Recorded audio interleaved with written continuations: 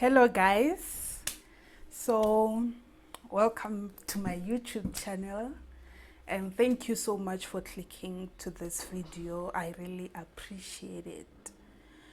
So this is my first video ever, so it finally took me guts to actually do this video. Okay, fine. So before we start with the video, I'm gonna need you guys to please subscribe to my channel. That will be so amazing, very amazing, and I really need your support, guys. This video is very emotional, so if you click that surprise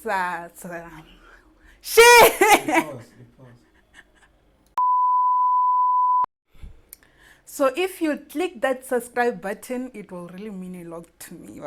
So maybe it will make this video very much easier. Okay, so I'm gonna give you 5 seconds to click that subscribe button and then we'll start.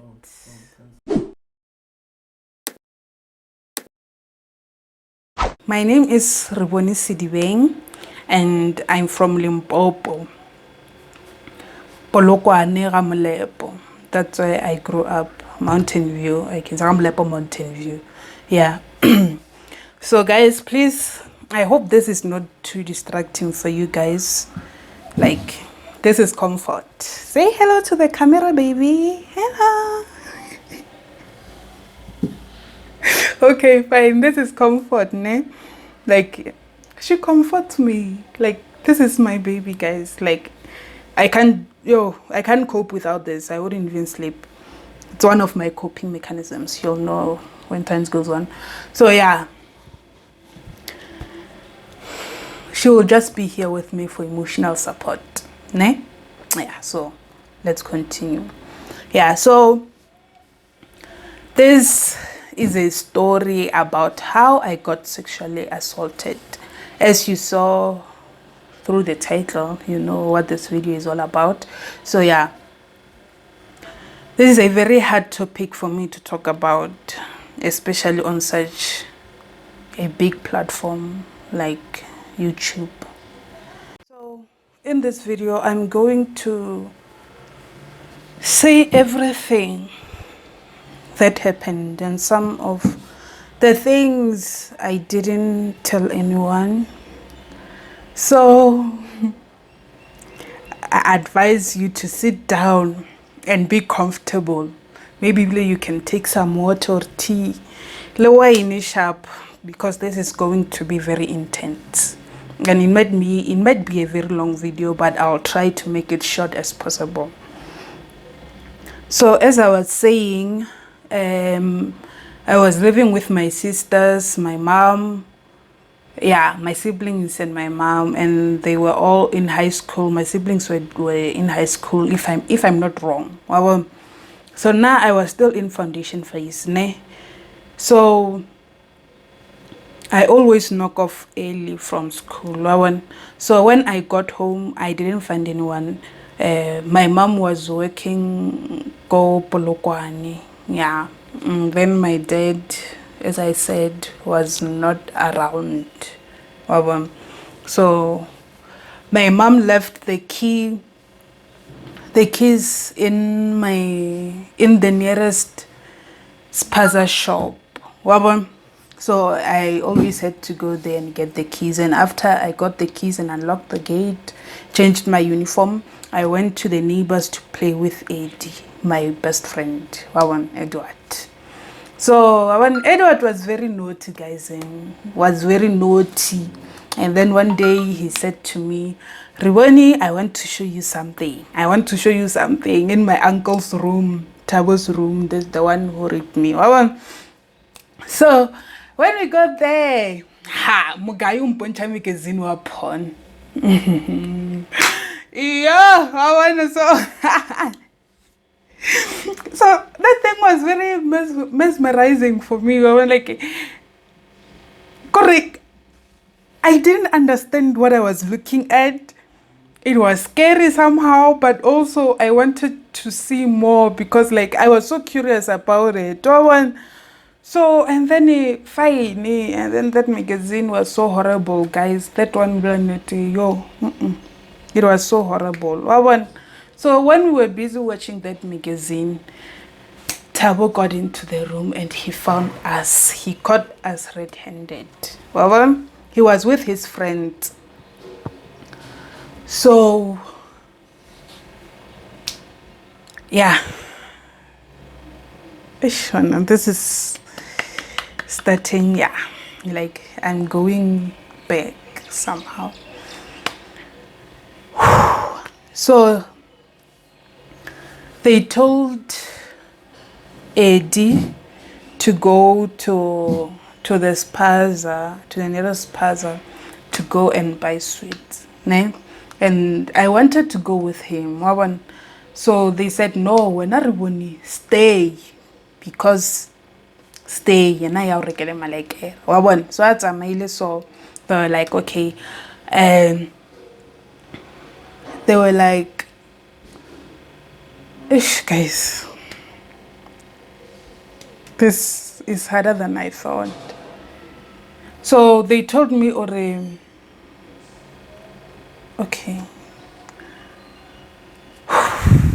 Okay. Tabo took off his trousers as soon as Tom Eddie left.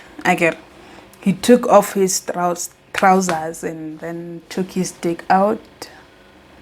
If I remember well, it wasn't even hard. So disgusting. Okay, fine. So he wanted me to give him a blowjob. Yeah. He showed me a magazine and was like, okay, do exactly as you see here. And I was like, no, I don't want to. Like, I started crying immediately, telling him that I didn't want to do that. And then he was like, no, do it. It's very nice. It's like you're just, it's very good. And then when Tabo comes back, when Edward comes back, I'm going to give you all the sweets. And I was like, no, I don't want them. I just want to go home. And then he was like, well, okay, he started to use force and then took a belt from his closet and then started beating me with it at the back. So it was very painful. So I had no choice but to do that. So I did the blowjob.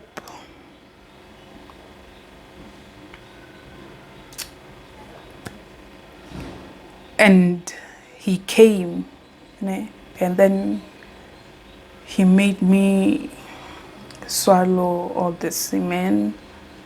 It was so disgusting. Like saying this, like I can even remember the taste. Oh, the way it was salty and the texture.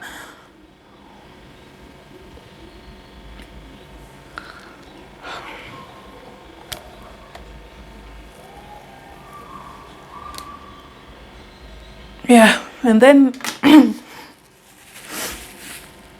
from there, he told me to take off my clothes. And I refused again. And then again, he used the belt again. So, yeah, he tied me on his bed, like, yeah. The bed was somehow like this one. Yeah, this. Yeah, he tied me to the bed, and they raped me one by one. He was with his friends, and they started raping me one by one. It was so painful, like.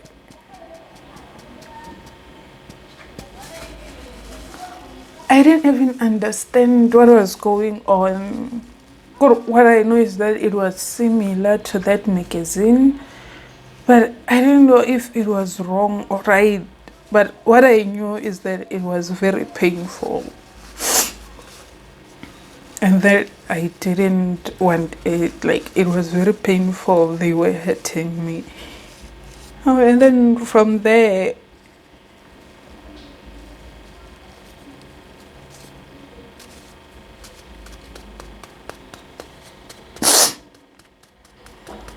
I was bleeding a lot.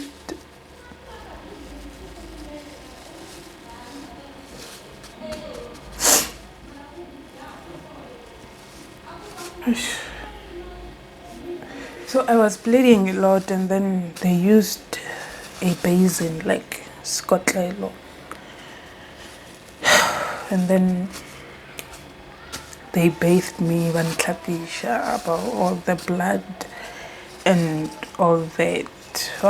And then he told me that, if you tell anyone about this, if you dare say a word to anyone about this, I'm going to kill your mother and your siblings, and you know your father is never home. So I'm going to be able to rape you every day, and then I'll have you all to myself. I'm going to keep you in this room. So I was scared to lose my parents and all that. And also I felt so embarrassed about this. Like, it was so embarrassing for me. I don't know why. Like, it felt like it was my fault. So I just kept quiet about it. So this thing went on for the following 4 days. So I remember, like, the last time, like, it came to a point where I didn't want to go in there to play with it. And then so Tabo came at home and raped me there. Like, he was alone this time. Yeah, so I kept quiet with this issue since that time I was 7 or 8. Like, this incident really changed me.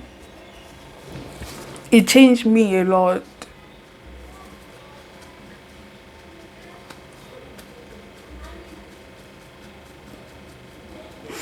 I grew up an angry child. My innocence was stolen. My childhood. And it really took my self-esteem. It made it to go to the lowest point.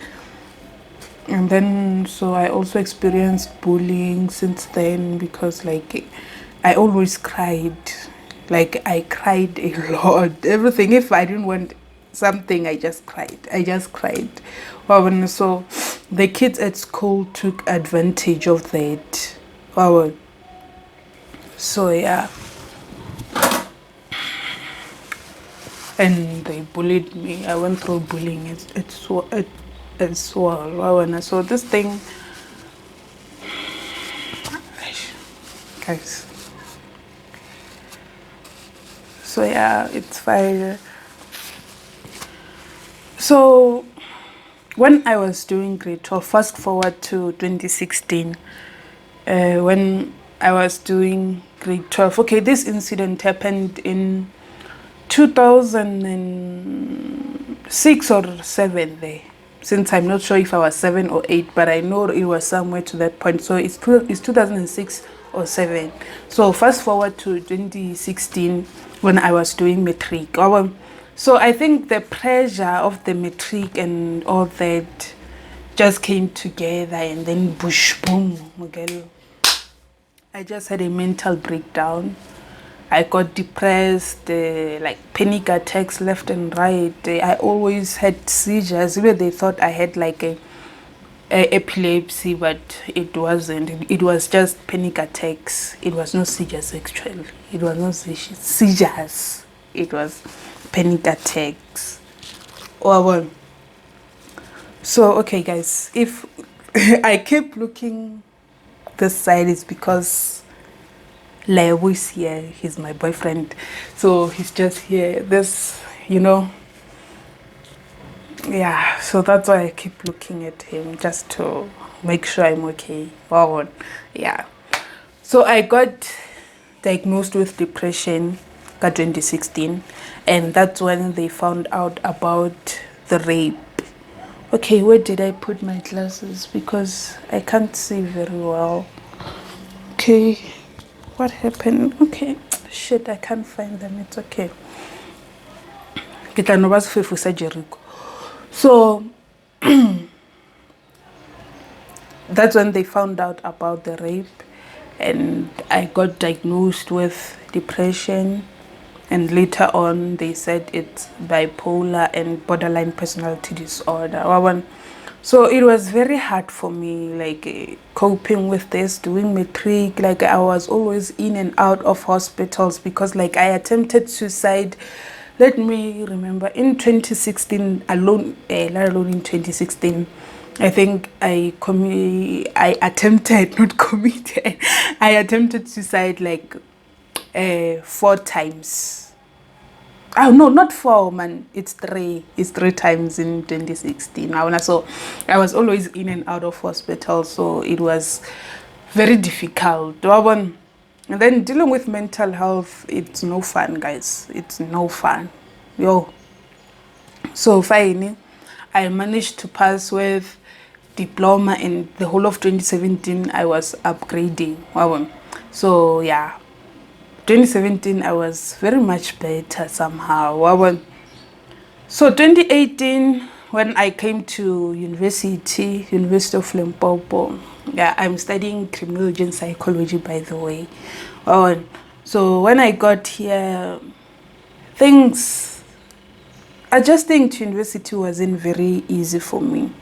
So yeah, if you want a video about how it was for me to adjust to this video, please tell me in the comments down below, and then I'll do the video. So yeah, in 2018, yeah, that and then I attempted suicide again in 2018.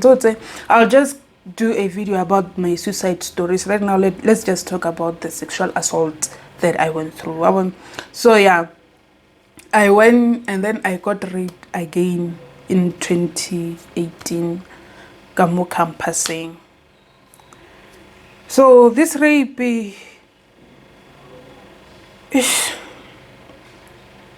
Leona, it was, this one, I think it's the most difficult one not the most, but it is also difficult for me to deal with even now.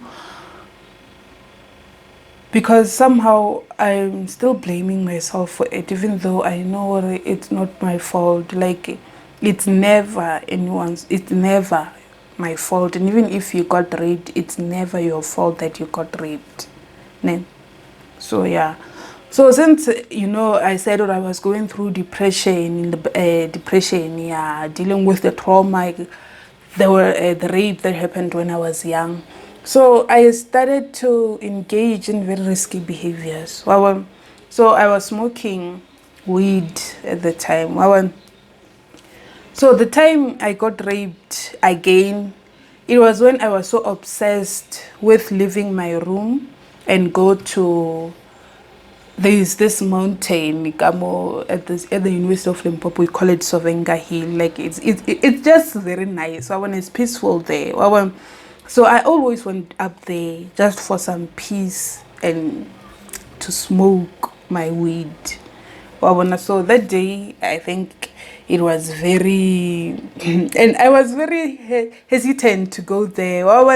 But I was like, no, let me just go. I wasn't feeling okay, and I was like, no, I will be better if I go there again. I take a walk. It's in campus. It's safe. So I lived in campus. So I got there, and I smoked my weed and then got high. So while I was just sitting there, I can tell that a guy is approaching from behind. So and then I just got uncomfortable. Obviously, I was not comfortable around men. So I stood up to leave. and that guy ran to me, and then I tried to run, but Miguel was high. But I was, I don't know. I think it's that day I was so high. I don't know what happened. Just bad luck, I guess. So he caught up with me. I tried fighting him, but no.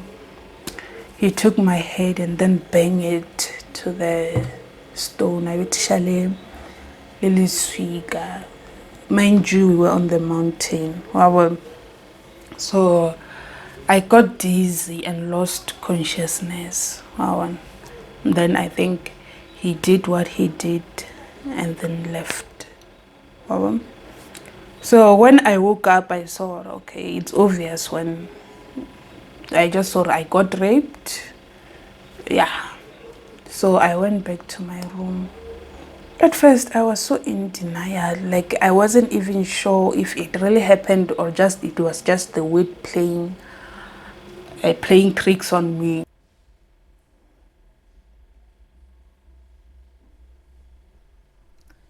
Well, I think I was in denial. And I thought maybe it's just, I just told myself maybe it was just the weed or what, or like just tell myself for no when it didn't happen, this wouldn't happen to you again.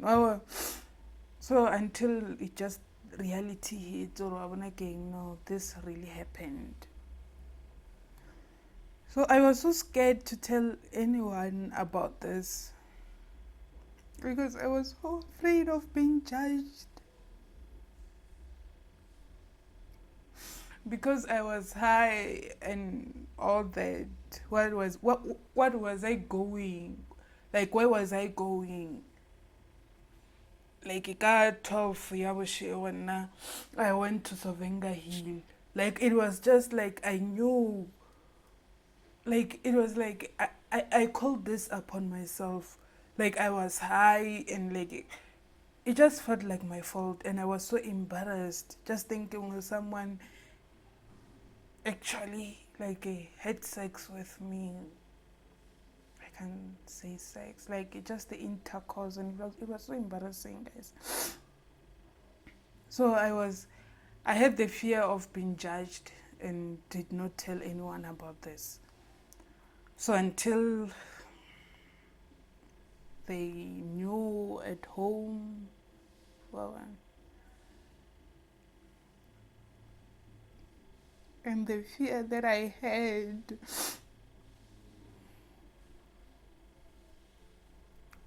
that I'll be judged and this thing will be like it is my fault. Actually, somehow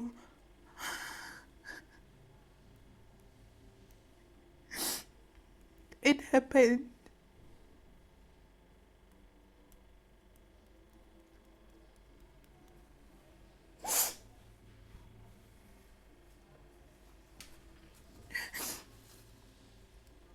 What are like the things?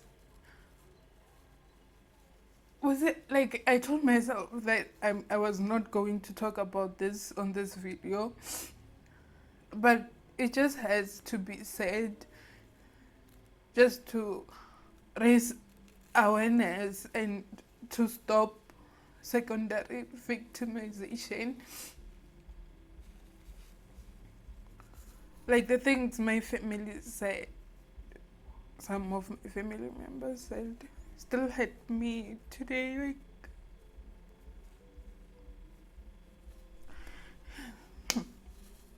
so I'm not like cute. I'm not so cute when I cry.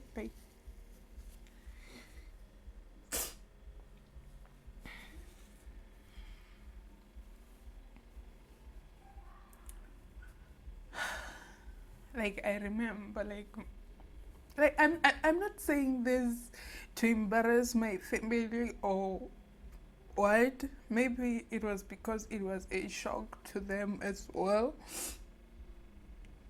because they are very supportive. Just that these are the things that I want to be honest about so that the world knows how bad it is. how bad secondary victimization does to us. So yeah, I remember my brother actually took my phone,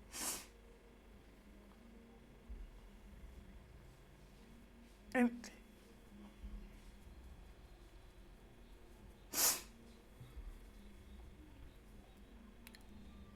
he was sure that I was laying sort of like when, and then my mom was saying things like, it's just kissing, guys. My mom was saying things like okay, things like, because what can I say? But okay, doing weed and whatnot, that's something that you should expect that it will happen to you. Well, like doing weed and yeah, smoking, going out at night, it's something that will happen to you. You should expect. Well, and then I still remember every single word they said to me. Well, I think my family is very supportive and I love them a lot. It breaks my heart that I have to say this here actually, but it has to be said.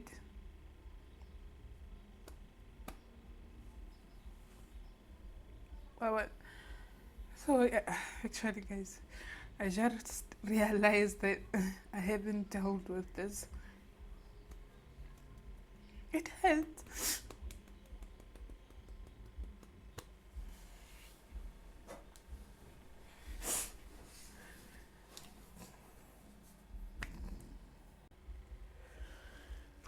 Okay, I had to pause the video just to calm down a bit, and then I'm sorry about that, guys. I didn't notice that Lebo was laying down there. I'm so sorry about that. I hope it wasn't too distracting. So, yeah, I've calmed down a bit. So, guys, I was not doing this video in order to get pity from you guys, but it was just for awareness and to get my story out there, to use my voice to help to tell others to know that they are not alone in this. Out of all these things that happened to me, the bad incidents that I went through, the rapes and all that, like I remember in 2018 I was asking myself that why me, like why should I go through this over and over again? Like, was God even watching? Like, is this what I was born to live? Like, is this what I was born for? Is this how my life is supposed to be? Like, I just saw no point in living, guys. And then that's when I attempted suicide for the 5th time last year in 2019. And this one was a very critical one. I'll make a story about that, a video about that later. Yeah. You guys tell me if you want a video about suicide, like my story and how I dealt with it, how I deal with suicidal thoughts these days. So just comment down below and then tell me if you want this video and I'll do it. So the fact that I survived all these suicide attempts told me that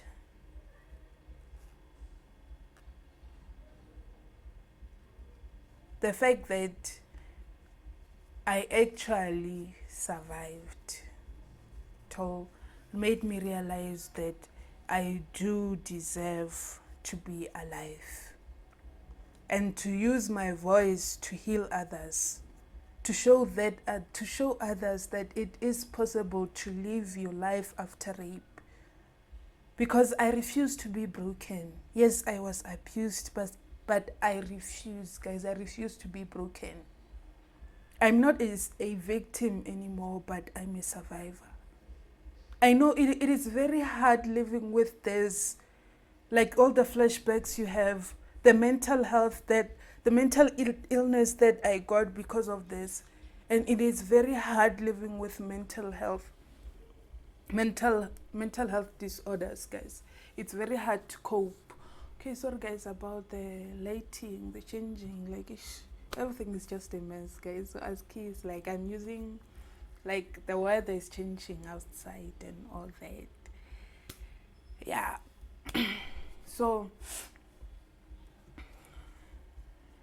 my point of doing this channel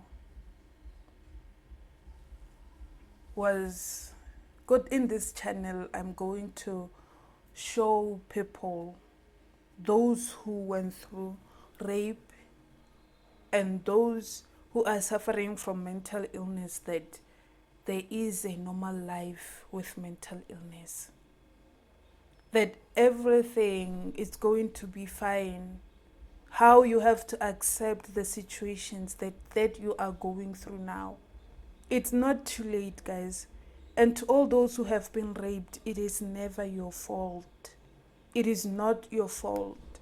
No matter if you were drunk, you were high, you're wearing a mini skirt, you are from a party, it is never your fault. It hurts so much that every time when I hear a story about someone who got raped, she has to explain what she was wearing. What if she was drunk or high? Like, this thing has to stop. And everything happens for a reason in this life. And today I see the reason or why I went through what I did. It was because I can use my voice to heal others.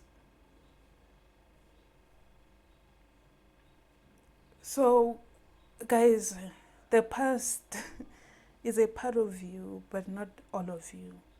I still have a lot to achieve in my life, and I'm not going to let all these rapes to define me, my mental health to define me.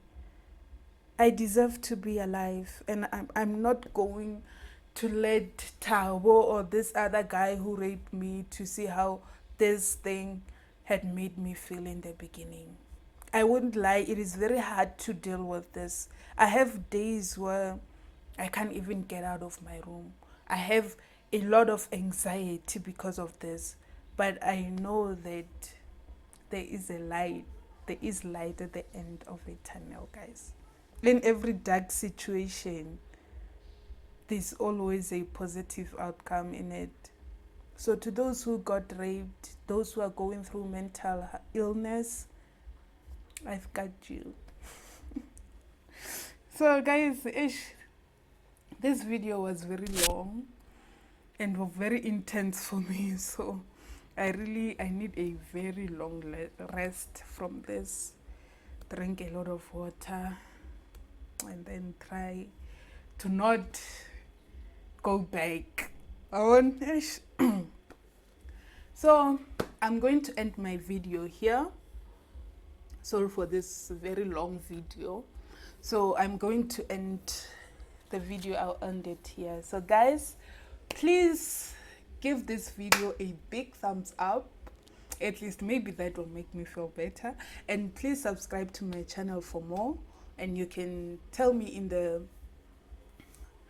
comments below what video you want me to do about mental health, or actually more about mental health.